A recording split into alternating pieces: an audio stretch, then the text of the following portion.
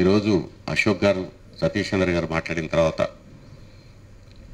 విద్యాభూషణ్ గారు ఎవరో పూర్తిగా తెలుసుకున్నాను. ఫస్ట్ నేను ఈ సభకు వచ్చి ఈ సభలో ముఖ్యంగా నాకు గోవర్ధన్ అన్న న్యూ డెమోక్రసీ ఆఫీస్, నేను కొంచెం హైదరాబాద్కి లేట్ కమర్ని, గోవర్ధన్ అన్నతోటి చాలాసార్లు మాట్లాడడం, ఆఫీస్కి రావడం. రెండవది, మనుషులు రూపపరంగా కనిపిస్తున్నట్లు వ్యవహారపరంగా ఉండరు, కానీ ఆయన రూపపరంగా ఎట్లా ఉంటాడో వ్యవహారపరంగా కూడా అంతే గాంభీర్యంగా ఉంటాం మాత్రం నేను చూశాను. రెండు, చాలామందిలో చూసేది ఏంటంటే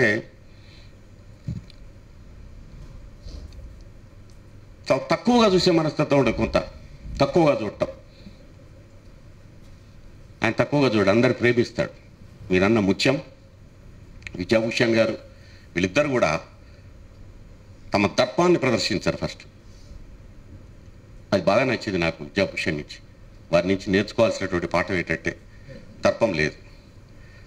రెండు, అసలు ఇక్కడ మాట్లాడుతున్న తాడిత పీడిత వర్గాల గురించి మాట్లాడుతున్న తీరు వేరు, అసలు ఈ మనుషులు వ్యవహరించే తీరు వేరు. ఇది ఆయన నుంచి నేను బాగా నేర్చుకున్నటువంటి పాఠం.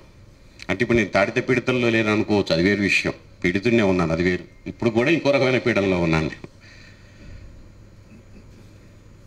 చాలా వరకు గోవర్ధన్ నాకు ఈ ప్రపంచీకరణ ప్రభావం ఇస్తే రాత్రి మొత్తం పుస్తకం చదువుకున్నా. సమాచారం ఎప్పుడు జ్ఞానం కాదు. ఆ సమాచారాన్ని నువ్వు ఏ మట్టి మీద రాస్తావు, ఏ మట్టి మీద దాన్ని విముక్తి ఉద్యమంగా మారుస్తావో అది మాత్రమే జ్ఞానం అవుతుంది. దీంట్లో ఆ జ్ఞానాన్ని నేను చూశాను.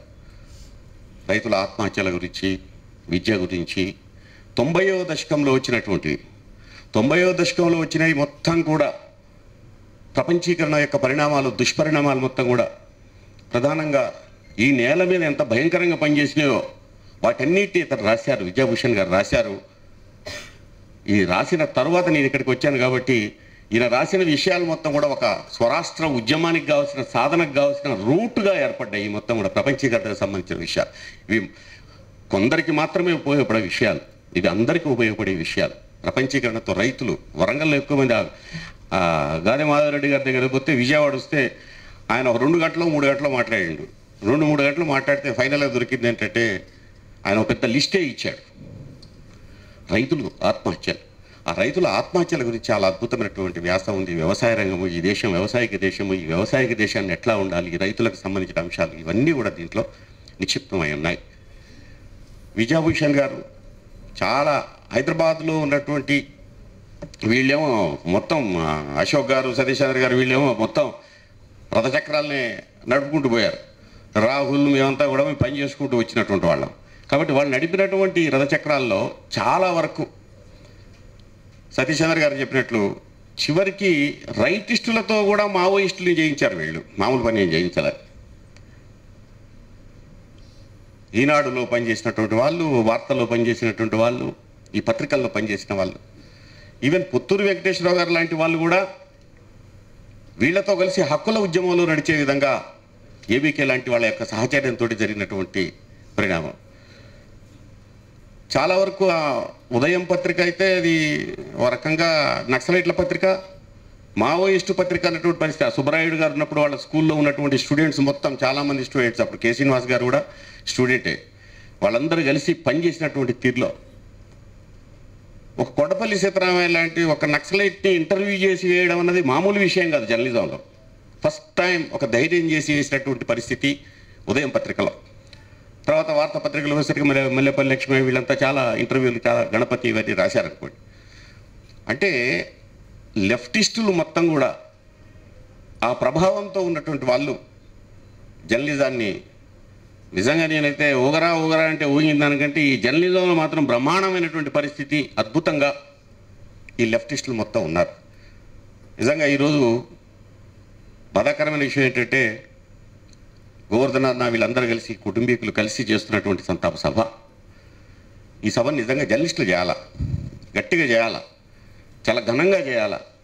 ఈ కలం ఇట్లా రాసిందని చెప్పాలా. కొత్త తరానికి ఒక మార్గదర్శకత్వంగా ఉన్నటువంటి పరిస్థితి చెప్పాలా. ఆ పరిస్థితి నేడు లేకపోవడం కూడా చాలా బాధాకరమైన విషయం. రెండు, ఈ భావజాలంతో ఉన్నటువంటి జర్నలిస్టులు కూడా ఈరోజు చాలా తగ్గిపోతున్నారు. దానికి కారణాలు ఏవైనా కావచ్చు, దానికి రూపాలు ఏమన్నా కావచ్చు. వాళ్ళను కూడా ఈరోజు ఆ రకమైన పరిస్థితి లేకపోతే ఈ ప్రజాస్వామ్యం అనేటువంటి పిల్లర్ కూలిపోకుండా కాపాడేది ఒకే ఒకటి న్యాయశాఖ, తర్వాత పత్రికా రంగం. ఆ పత్రికా రంగానికి సంబంధించిన పిల్లర్ కూలిపోతుంటే మనందరం చూస్తూ ఉన్నాం. అది చాలా బాధాకరమైన విషయం. లెఫ్టిస్టులు ఉన్నప్పుడు, ఆ ప్రభావంతో ఉన్నటువంటి వాళ్ళు ఉన్నప్పుడు, వాళ్ళు చాలామంది ఉన్నారు. వినయులు కావచ్చు, వినోదులు కావచ్చు, పాషా యాదగిరులు కావచ్చు, ఎంతో ఎంతో ఎంతో ఎంతోమంది సంపాదకులు, రామచంద్రమూర్తి కావచ్చు. ఇక్కడ ఉన్నటువంటి ఈ సంపాదకులు మొత్తం కూడా బ్రహ్మాండంగా నడుపుకుంటూ వచ్చారు, ఏబీకే దగ్గర నుంచి వాళ్ళందరూ.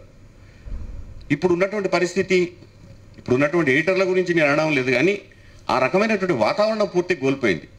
అసలు వీళ్ళు విజయభూషణ్ గారు చేసినప్పుడు ఉన్న దానికంటే అసలు ఇప్పుడు అవసరం చాలా ఎక్కువగా ఉంది. కానీ దాని గురించి పట్టింపు కూడా లేకపోవడం అన్నది కొంచెం బాధాకరమైనటువంటి పరిస్థితి. కాబట్టి మీడియాకి సంబంధించి చాలా సీరియస్ అంశం ఇది. ఆ సీరియస్గా ఉండేటువంటి మీడియా రంగం మొత్తం కూడా ఈరోజు చాలా పలుచబడిపోయింది, పట్టించుకునే పరిస్థితి లేదు.